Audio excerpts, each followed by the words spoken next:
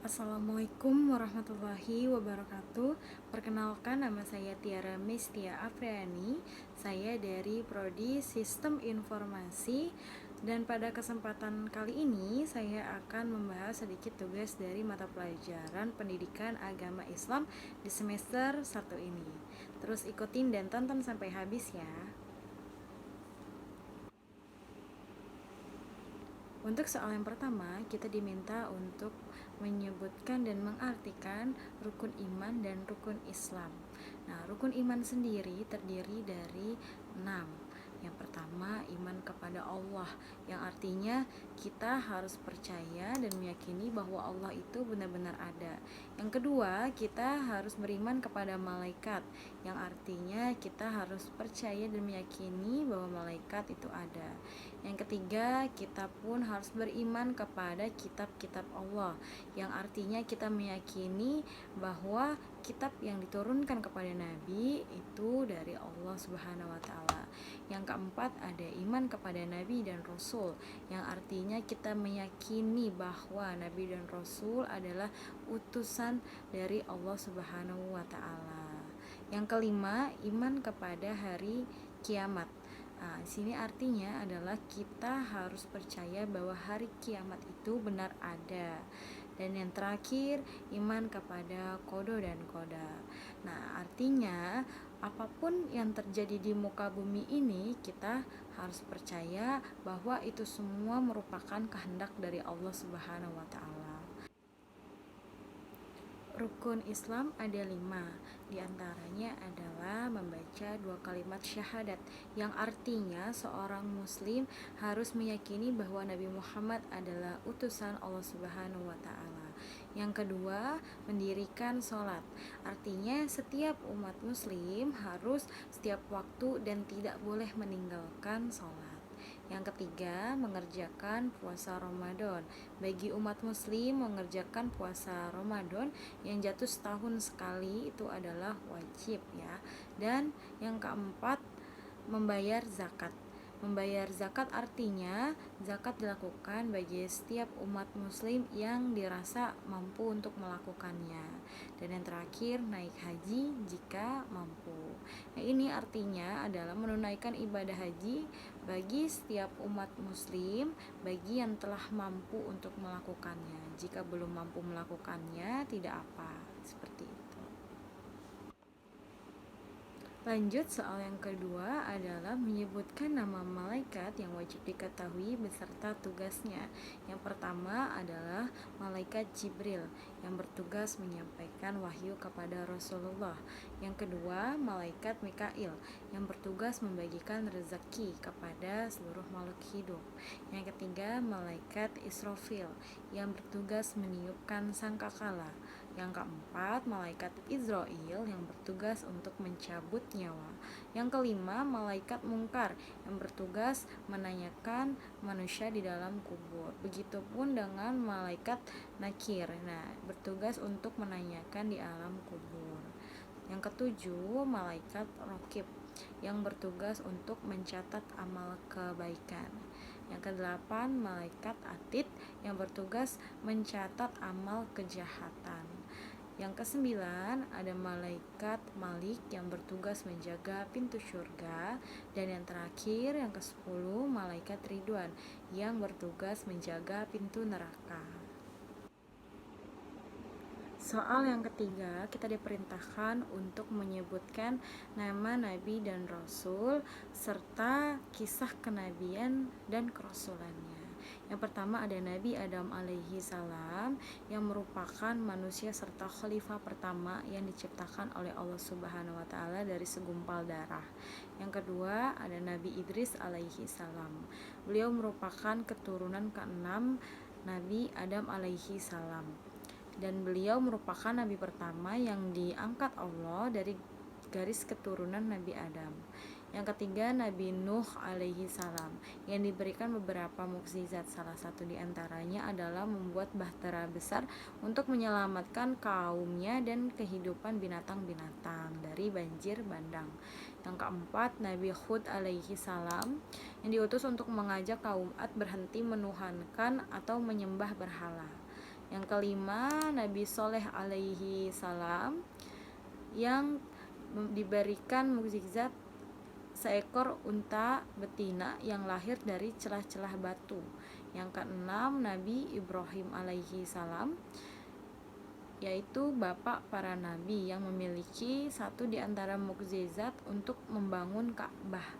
Nah, yang ketujuh, Nabi Lut alaihi salam yang merupakan keponakan Nabi Ibrahim alaihi salam. Beliau diutus oleh Allah bagi kaum Sodom dan Gomorrah yang memiliki perilaku seks menyimpang. Yang kedelapan, Nabi Ismail alaihi salam yang merupakan putra dari Nabi Ibrahim dan Siti Hajar. Beliau bersama-sama membangun Ka'bah dengan ayahnya yang saat ini menjadi pusat peribadatan kaum muslim di seluruh dunia. Yang kesembilan, Nabi Ishak alaihi salam merupakan putra kedua Nabi Ibrahim alaihi salam dan beliau merupakan adik dari Nabi Ismail alaihi salam. Yang ke-10, Nabi Yakub alaihi salam yang merupakan anak Nabi Ishak alaihi salam. Dalam beberapa riwayat, Nabi Yakub digambarkan sebagai sosok yang memiliki karakter yang kuat dan keimanan yang sangat luar biasa. Yang ke-11, Nabi Yusuf alaihi salam. Nabi Yusuf merupakan anak ke-12 Nabi Yakub bin Ishak. Mukjizat yang dimiliki oleh Nabi Yusuf adalah memiliki kelebihan yang mampu menafsirkan mimpi. Nah, yang ke-12, Nabi Ayub alaihi salam. Nabi Ayub bisa dikatakan sebagai satu di antara nabi tersabar yang pernah ada. Kehidupannya penuh kebaikan dan kaya raya. Nah, Nabi Ayub sendiri diuji oleh Allah melalui penderitaan panjang dengan penyakit kulit hingga hartanya habis. Yang ke-13, Nabi Syuaib alaihi salam. Diutus untuk kaum Madian, namun kaum ini tetap ingkar dan menolak ajakan Nabi Syuaib untuk menyembah kepada Allah. Yang ke-14, Nabi Musa alaihi salam.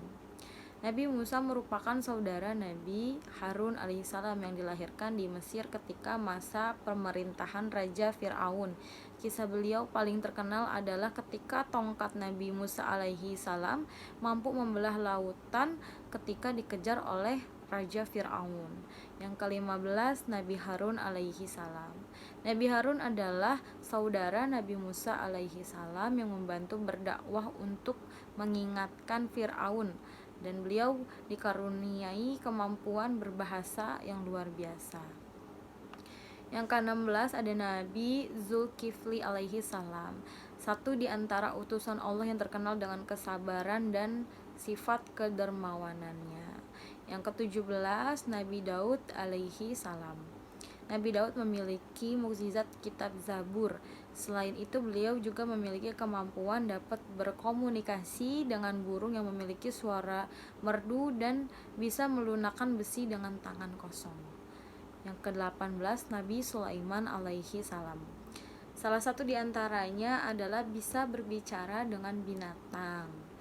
Yang ke-19 Nabi Ilyas alaihi salam, yang merupakan utusan Allah bagi kaum Bani Israel yang gemar menyembah patung yang diberi nama Baal. Yang ke-20 Nabi Ilyasa alaihi salam yang diutus oleh Allah pada kaum Bani Israel dan Arami supaya mereka mau kembali ke jalan yang benar, yaitu jalan Allah Subhanahu wa taala. Yang ke-21 Nabi Yunus alaihi salam. Mukjizat Nabi Yunus alaihi salam yang terkenal adalah tetap selamat ketika ditelan ikan paus. Nah, yang ke-22 Nabi Zakaria alaihi salam.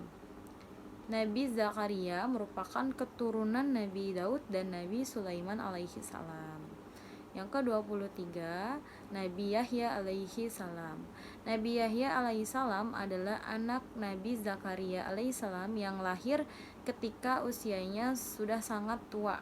Nabi Yahya adalah seorang manusia yang berprinsip integritas tinggi serta benar-benar menegakkan kebenarannya. Yang ke-24 Nabi Isa alaihi salam, yang terlahir dengan mukjizat pada seorang perempuan suci bernama Maryam. Beliau mendapatkan mukjizat kitab Injil dan menjadi nabi dari umat Nasrani. Yang terakhir adalah Nabi Muhammad SAW yang merupakan nabi terakhir sekaligus nabi penutup. Nah, mukjizat Nabi Muhammad adalah kitab suci Al-Quran. Kitab suci Al-Quran sebagai kitab suci yang terakhir, sebagai penyempurna kitab-kitab sebelumnya yang diturunkan oleh Allah Subhanahu wa Ta'ala. Soal yang keempat, kita diperintahkan untuk menyebutkan nama-nama kitab yang diturunkan oleh Allah Subhanahu wa Ta'ala dan keutamaannya masing-masing, serta kenapa ada yang berbeda ajarannya saat ini. Nah, kalau kita lihat, Allah menurunkan ada 4 kitab, yaitu Zabur, Taurat, Injil, dan terakhir Al-Quran. Nah, masing-masing mempunyai perbedaan. Nah, kitab Zabur sendiri diwahyukan kepada Nabi Daud alaihi salam. Di dalam kitab Zabur terdapat doa, zikir, nasihat, dan hikmah. Nah, yang kedua, kitab Taurat. Kitab Taurat diturunkan oleh Allah kepada Nabi Musa alaihi salam sekitar abad 12 tahun Masehi. Kala itu Nabi Musa menyampaikan ajaran yang terkandung dalam kitab Taurat. Di dalamnya terdapat beberapa hukum-hukum syariat dan sistem kepercayaan yang dapat dibenarkan.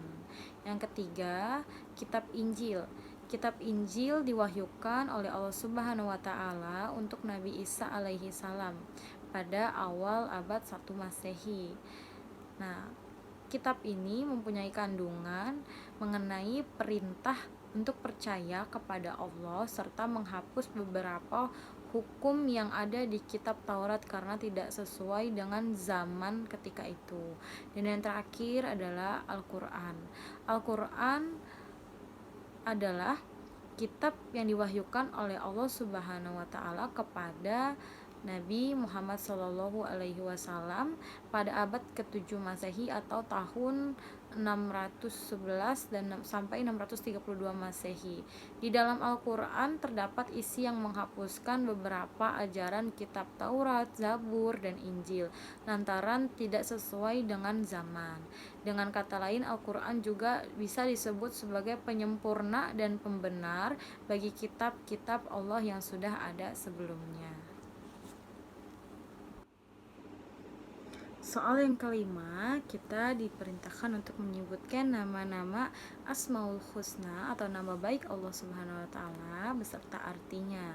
Yang kita ketahui, Asmaul Husna ini terdiri dari 99. Yang pertama ada Ar-Rahman yang berarti Maha Pengasih, yang kedua Ar-Rahim arti Maha Penyayang, yang ketiga Al-Malik yang Maha Merajai, yang keempat Al-Qudus Maha Suci, yang kelima As-Salam Maha memberi kesejahteraan, yang keenam Al-Mu'min Maha memberi keamanan, yang ketujuh Al-Muhaimin yang Maha mengatur, yang kedelapan Al-Aziz yang Maha perkasa, Al-Jabbar Maha memiliki mutlak kegagahan, Al-Mutakabir Maha megah, dan Al-Khaliq Maha pencipta, Al-Bari Maha melepaskan, Al-Musyawir Maha pembentuk rupa, Al-Ghafar Maha kuasa, Al-Wahhab Maha pemberi karunia, Al-Razzaq Maha pemberi rezeki, Al-Fatah Maha pembuka rahmat, Al-Alim yang Maha mengetahui, Al-Khabir yang Maha menyempitkan, Al-Basit yang Maha melapangkan, Al-Khafid Maha merendahkan, Ar-Rafi Maha meninggikan, Al-Mu'is Maha memuliakan, Al-Mungzil Maha menghinakan, Al-Sami Maha mendengar, Al-Basiri Maha melihat, Al-Hakam Maha menetapkan, Al-Adl Maha adil, Al-Latif Maha lembut, Al-Khabir yang Maha mengenal, Al-Halim Maha penyantun, Al-Azim Maha agung, Al-Ghafur Maha pemberi pengampunan, Al-Syakur Maha pembalas budi, Al-Ali Maha tinggi, Al-Khabir Maha besar, Al-Hafiz Maha memelihara, Al-Muqit Maha pemberi kecukupan, Al-Hasib Maha pembuat perhitungan, Al-Jalil yang Maha luhur, Al-Karim Maha pemurah, Ar-Raqib Maha menguasai, Al-Mujib maha mengabulkan. Al-Wasi, maha luas. Al-Wadud, maha mengasihi. Al-Majid, yang maha mulia. Al-Ba'its, maha membangkitkan. Al-Syahid, maha menyaksikan. Al-Wakil, maha memelihara. Al-Qawiyu, maha kuat. Al-Matin, maha kokoh. Al-Wali, maha melindungi. Al-Hamid, yang maha terpuji. Al-Musi, yang maha menghitung. Al-Mubdi, yang maha memulai. Al-Mu'id, yang maha mengembalikan kehidupan. Al-Muhyi, yang maha menghidupkan. Al-Mu'mit, maha mematikan. Al-Hayyu, maha hidup. Al-Qayyum, maha mandiri. Al-Wajid, maha penemu. Al-Majid, yang maha mulia. Wahid, yang maha tunggal. Al-Ahad, yang maha esa. Al-Samad, yang maha dibutuhkan. Al-Qadir, maha menentukan. Al-Muqtadir, maha berkuasa. Al-Muqaddim, maha mendahulukan. Al-Muakhir, yang maha mengakhirkan. Al-Awal, yang maha awal. Al-Akhir, yang maha akhir. Az-Zahir, yang maha nyata. Al-Batin, yang maha goib. Al-Wali, maha memerintah. Al-Muta'ali, maha tinggi. Al-Baru, yang maha penderma. Al-Tawad, maha penerima tobat. Al-Mutakim, maha pemberi balasan. Al-Afu, yang maha pemaaf. Ar-Ra'uf, maha pengasuh. Al-Malikul Mulk, yang maha penguasa kerajaan. Zul Jalali wal Ikram, yang maha memiliki kebesaran dan kemuliaan. Al-Muqsit, yang maha pemberi keadilan. Al-Jami, yang maha mengumpulkan. Al-Ghani, maha kaya. Al-Mughni, yang maha memberi kekayaan. Al-Mani, maha mencegah. Ad-Dar, yang maha menimpa kemudaratan. An-Nafi, yang maha memberi manfaat. An-Nur, maha bercahaya. Al-Hadi, yang maha memberi petunjuk. Dan Al-Ba'di, yang maha pencipta. Al-Baqi, yang maha kekal. Al-Warits, maha pewaris. Ar-Rasyid, maha pandai. Yang terakhir, angka 99, ada Asy-Syabur, yang maha sabar. Lanjut ke soal yang ke-6. Kita diperintahkan untuk menyebutkan sifat wajib, mustahil, dan jaiz bagi Allah Subhanahu wa Ta'ala. Sifat wajib bagi Allah ada 20, diantaranya wujud artinya ada, kidam artinya dahulu, baqo kekal, mukhalafatul hawadisi artinya berbeda dengan makhluknya, qiyamuhu bi nafsihi artinya berdiri sendiri, wahdaniyah maha esa, qodrat berkuasa, irodat artinya berkehendak, ilmu artinya mengetahui, hayat artinya hidup, sama artinya mendengar, basar artinya melihat, kalam artinya berfirman, qadiran artinya maha berkuasa, muridah artinya maha berkehendak, aliman artinya maha mengetahui, hayan artinya maha hidup, sami'an artinya maha mendengar, basiran artinya maha melihat, mutakaliman artinya maha berfirman.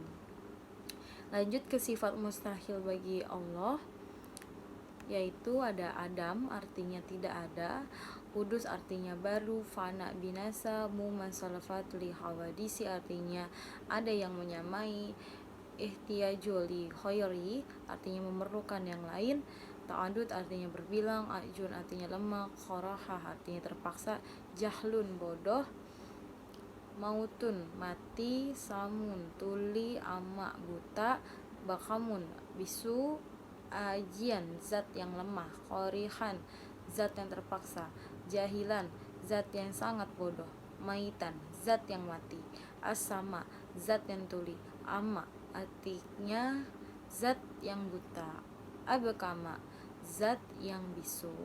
Lanjut lagi ke sifat jaiznya. Sifat jaiz Allah hanya ada satu, yaitu filukuli mungkinin au terkuhu, artinya Allah itu berwenang untuk menciptakan dan berbuat sesuatu atau tidak sesuai dengan kehendaknya.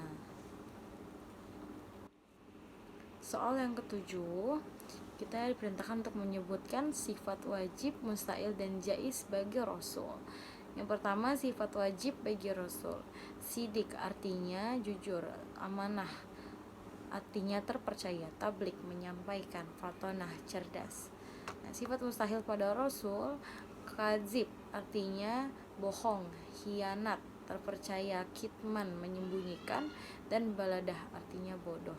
Sifat jais pada Rasul adalah al-ardu basyaitiyah, yang artinya dalam bahasa Indonesia sifat-sifat yang seperti manusia pada lainnya. Soal yang ke-8, kita diminta untuk menyebutkan nama surat dan ayat berapa dari masing-masing awal juz pada 30 juz dalam Al-Quran. Nah, juz pertama ada di Quran surat Al-Fatihah ayat pertama. Juz kedua Quran surat Al-Baqarah ayat 142, dan yang ketiga ada di juz Al-Baqarah ayat 253. Juz keempat di Quran surat Al-Imran ayat 93. Juz kelima Quran surat An-Nisa ayat 24. Juz ke-6 Quran surat An-Nisa ayat 148. Juz ke-7 Quran surat Al-Maidah ayat ke-82.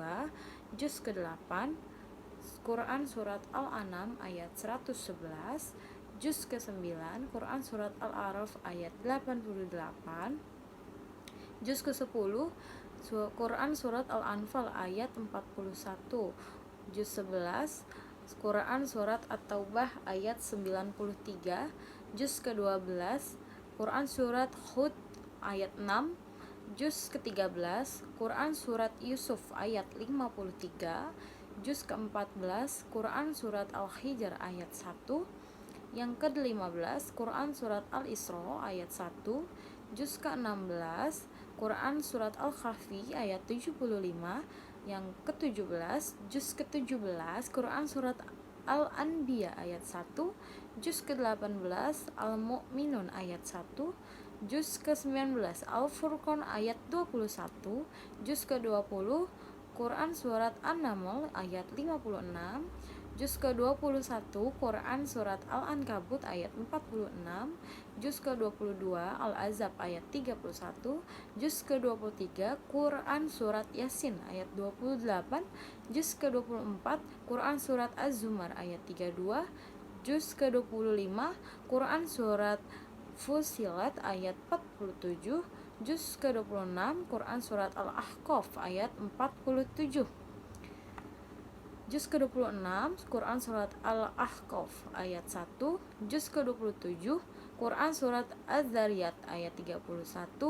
Juz ke-28 Quran surat Al-Mujadilah ayat ke-1. Juz ke-29 Quran surat Al-Mulk ayat pertama ayat ke-1. Juz ke-30 Quran surat An-Naba ayat 1.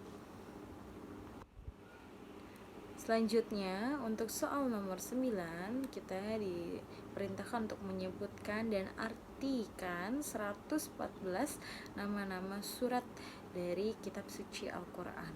Yang pertama sebagai pembukaan ada surat Al-Fatihah, artinya pembukaan. Kedua Al-Baqarah, sapi betina. Al-Imran, keluarga. An-Nisa, wanita. Al-Maidah, jamuan. Al-An'am, binatang ternak. Al-A'raf, tempat yang tertinggi. Al-Anfal, harta rampasan perang. At-Taubah, pengampunan. Yunus, Nabi Yunus. Hud, Nabi Hud. Yusuf, Nabi Yusuf. Ar-Rad, guru. Ibrahim, Nabi Ibrahim. Al-Hijr, nama gunung. Al-Hijr. An-Nahl, lebah. Al-Isra, perjalankan di waktu malam.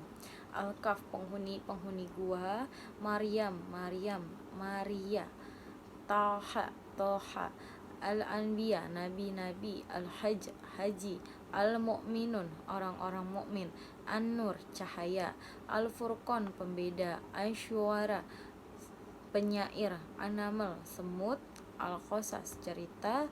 Al-Ankabut, laba-laba.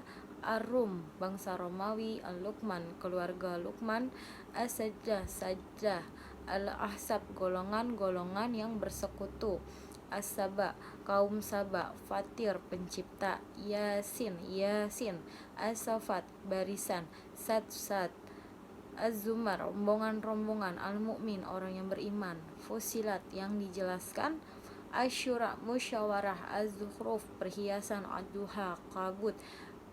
Al-Jasiyah, yang bertekuk lutut. Al-Ahqaf, bukit-bukit pasir. Muhammad, Muhammad. Al-Fat, kemenangan. Al-Hujurat, kamar-kamar. Qaf, Qaf. Al-Zariyat, angin yang menerbangkan. Atur, bukit. An-Najm, bintang. Al-Qamar, bulan. Ar-Rahman, yang maha pemurah. Al-Waqiah, hari kiamat. Al-Hadid, besi. Al-Mujadilah, wanita yang mengajukan gugatan. Al-Hasyr, pengusiran. Al-Mutahana, wanita yang diuji. Asyaf, satu barisan. Al-Jumu'ah, hari Jumat. Al-Munafikun, orang-orang yang munafik. Al-Tukabun, hari dinampakkan kesalahan-kesalahan. At-Talaq, talak. At-Tahrib, mengharamkan. Al-Mulk, kerajaan. Al-Qalam, pena. Al-Haqqah, hari kiamat. Al-Marij, tempat naik. Nuh, Nuh. Al-Jin, jin. Al-Muzammil, orang yang berselimut. Al-Mudassir, orang yang berkemul. Al-Qiyamah, hari kiamat. Al-Insan, manusia. Al-Musalat, malaikat-malaikat yang diutus. An-Naba, berita besar. An-Naziyat, malaikat-malaikat yang mencabut. Abasa, ia bermuka masam. At-Takwir, menggulung. Al-Infitar, terbelah. Al-Tafif, orang-orang yang curang. Al-Insyiqaq, terbelah. Al-Buruj, gugusan bintang. Al-Tariq, yang datang di malam hari. Al-Ala, yang maha paling tinggi. Al-Ghasyiyah, hari pembalasan. Al-Fajar, fajar. Al-Balad, negeri. Asyams, matahari. Al-Lail, malam. Ad-Duha, waktu matahari sepenggalan naik. Al-Insyirah, melapangkan. At-Tin, buah tin. Al-Alaq, segumpal darah. Al-Qadir, kemuliaan. Al-Bayyinah, pembuktian. Al-Zalzalah, kegoncangan. Al-Adiyat, berlari kencang. Al-Qari'ah, hari kiamat. At-Takasur, bermegah-megahan. Al-Asyra, masa waktu. Al-Khulmuzah, pengumpat. Al-Fil, gajah. Quraisy, suku Quraisy. Al-Ma'un, barang-barang yang berguna. Al-Kausar, nikmat yang berlimpah. Al-Kafirun, orang-orang kafir. An-Nasr, pertolongan. Al-Lahab, gejolak api sabut. Al-Ikhlas, ikhlas. Al-Falaq, waktu subuh. An-Nas, manusia. Soal yang ke-10, kita diperintahkan untuk menceritakan secara singkat kelahiran Nabi Muhammad SAW dan peristiwa Isra Mi'raj. Nah, kelahiran Nabi Muhammad SAW, Nabi Muhammad sendiri merupakan Nabi akhir zaman yang lahir di Mekah pada tahun gajah atau sekitar 570 Masehi. Disebut tahun gajah karena saat itu ada pasukan gajah yang dipimpin oleh Abrahah Habasyah yang ingin merobohkan Ka'bah. Mengutip sirah Nabawiyah karya Abdul Hasan, beberapa sejarah dan pakar hadis mengatakan menjelang kelahiran Nabi Muhammad ada sejumlah peristiwa besar yang terjadi. Peristiwa itu di luar nalar manusia, mengarah pada dimulainya era baru bagi alam dan kehidupan manusia. Tulis Abdul Hasan dalam surah Nabawiyah. Beberapa peristiwa besar itu seperti singgasana Raja Persia Kisra Anushirwan yang bergoyang dan bahkan 14 balkon istananya ikut runtuh. Selain itu, padamnya api sembahan kaum Majusi di kuil pemujaan di Persia. Peristiwa besar lain menjelang kelahiran Nabi Muhammad SAW yaitu air danau yang dikultuskan oleh masyarakat Persia tiba-tiba surut. Sementara di Mekah, pasukan gajah yang dipimpin oleh Raja Yaman Abraha gagal menyerang Ka'bah. Tak lama setelah itu Nabi Muhammad lahir. Nabi Muhammad lahir dari seorang ibu bernama Aminah dan ayah Abdullah. Abdullah meninggal saat Nabi Muhammad berusia 3 bulan dalam kandungan Aminah karena kelelahan berdagang dan jatuh sakit. Sang kakek Abdul Muthalib yang merupakan pemimpin Makkah atau kaum Quraisy memberikan Nabi Muhammad kepada Rasulullah. Sang kakek membawa Nabi Muhammad masuk ke dalam Ka'bah. Lalu seekor kambing disembelih sebagai bentuk akikah dan beliau dihitan pada usia 7 hari. Nabi lahir tak ada yang menyusuinya karena termasuk golongan miskin, tapi seorang ibu bernama Halimah Sadiah dengan ikhlas menyusuinya. Meski ASI dimiliki pun sedikit, keikhlasannya dibalas oleh Allah. Keledai miliknya menjadi berisi dan ASI miliknya menjadi lancar. Saat kanak-kanak, Nabi Muhammad menghabiskan waktu yang tak lama bersama ibunya karena di usia 6 tahun Aminah meninggal dunia. Setelah menjadi yatim piatu, Nabi Muhammad tinggal dan diasuh oleh kakeknya. Namun saat Nabi Muhammad berusia 8 tahun, sang kakek meninggal dunia, sehingga pamannya Abu Thalib merawatnya. Mereka hidup dalam kekurangan. Meski begitu, Nabi Muhammad tumbuh dengan baik. Saat kanak-kanak, Nabi Muhammad membantu pengembala binatang ternak, dan ketika sudah cukup dewasa, Nabi membantu pamannya berdagang. Pernikahan Nabi Muhammad SAW. Setelah tumbuh dewasa, Nabi Muhammad menikah dengan Siti Khadijah. Khadijah merupakan wanita terpandang, cantik, rupawan, dan berasal dari golongan orang berada di Arab. Awalnya Nabi Muhammad dan Siti Khadijah bekerja sama saat berdagang. Namun dengan pribadi Nabi Muhammad yang baik, jujur, dan patut diteladani, Khadijah pun jatuh hati dan meminta sahabatnya Nafisah binti Munia datang untuk meminang Nabi Muhammad SAW. Muhammad, aku Nafisah binti Munia datang membawa berita seorang wanita agung, suci, dan mulia. Pokoknya ia sempurna, sangat cocok denganmu. Kalau kau mau bisa menyebut namamu di sisinya, kata Nafisah kepada Muhammad. Dikutip dari buku Bilik-Bilik Cinta Muhammad karya Nizar Abbasah.